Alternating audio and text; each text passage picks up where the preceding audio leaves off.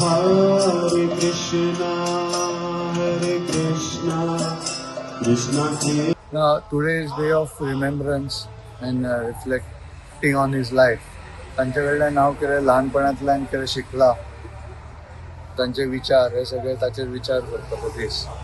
प्रत्येक दिसा तांची याद येताच, पण आज एक स्पेशल डे आसा. So it's kind of self introspection आनी फुडें कशें वचप हाचेर ते कितें करतले हे सदांच मनान आसता.